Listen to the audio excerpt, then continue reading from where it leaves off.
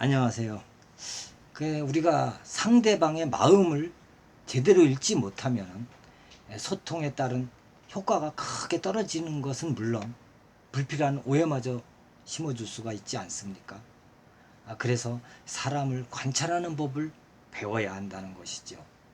그 사람을 관찰하는 법을 배워서 이를 통해서 상대의 말을 이해할 수 있을 뿐만 아니라 행동을 파악하고 그 속에서 상대의 숨겨진 진심을 간파할 수 있다는 것입니다. 우리가 다른 사람의 속마음을 이해하려면 겉으로 드러나는 표정이나 말 외에도 행동을 읽어낼 줄 아는 지혜가 필요하지 않겠습니까? 그래야만 정확한 상대의 를 어떻다는 판단을 내릴 수 있다는 것이죠. 우리가 고사에서 역사에서 볼 때 눈밖에 난 장수 억양 이야기가 있습니다. 춘추 시대 때 그 위나라 문우라는 왕에게는 악양이라는 아주 용감한 장수가 있었습니다. 악양이 이제 군대를 이끌고 적국 중상국을 공격하러 갔을 당시 마침 그 악양의 아들이 적국 중상국에 머물고 있었던 것이죠. 이 틈을 놓치지 않고 중상국 국왕이 그 악양의 아들을 붙잡고 협박을 했습니다. 자, 너희 아들이 여기 잡혀 있으니까 항복하시지 하고 그랬겠죠. 그러나 악양은 눈썹 하나 까딱하지 않고 공격을 했습니다. 그 모습에 중상국 국왕은 크게 분노했죠. 이것 봐라 하면서, 그리고 악양의 아들을 가마솥에다 삶아서 고깃국을 만들었습니다. 그리고 그 고깃국을 악양에게 보냈죠. 그래서 악양이 자신 앞에 놓인 그 고깃국을 보며 커다란 슬픔과 비통함에 휩싸였을 거 아니겠습니까? 하지만 악양은 잠시 무언가 골똘히 생각하다가 그 자신의 아들의 살로 만든 고깃국을 탕국을 한 번에 벌컥벌컥 마셔버리는 거 아니겠습니까?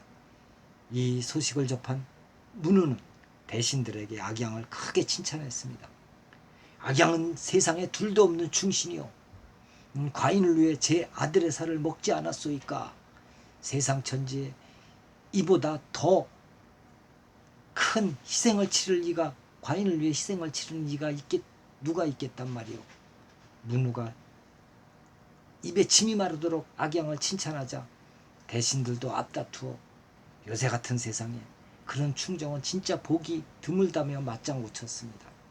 이때 도사찬이라는 대신이 호련히 반기를 들고 나섰습니다.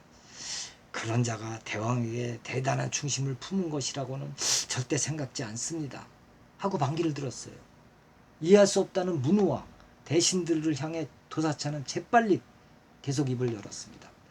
친자식의 살을 먹을 수 있는 자라면 세상에 먹지 못할 고기가 어디 있겠습니까? 라고 말을 했습니다. 그렇죠. 일리가 있다는 판단에 문우는 이전처럼 악양을 적극적으로 기용하지 않았다고 합니다. 악양이 친자식의 살을 먹은 것은 어쩌면 위협에 굴복하지 않겠다는 자신의 그 결연한 의지를 보여주는 수단이자 문우에게 충정을 보여주는 방법이었을지도 모릅니다. 하지만 도사찬은 주변의 칭찬에도 악양의 충심을 의심했던 것이죠.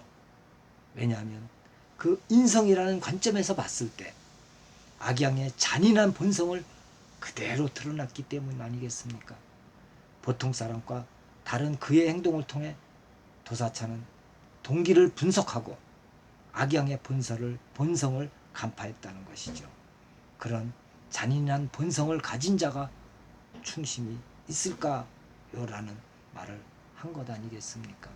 사람은 표정, 행동, 말, 거기에 그 사람의 진심을 파악할 수 있는 능력을 키워야 한다는 것 아니겠습니까? 감사합니다.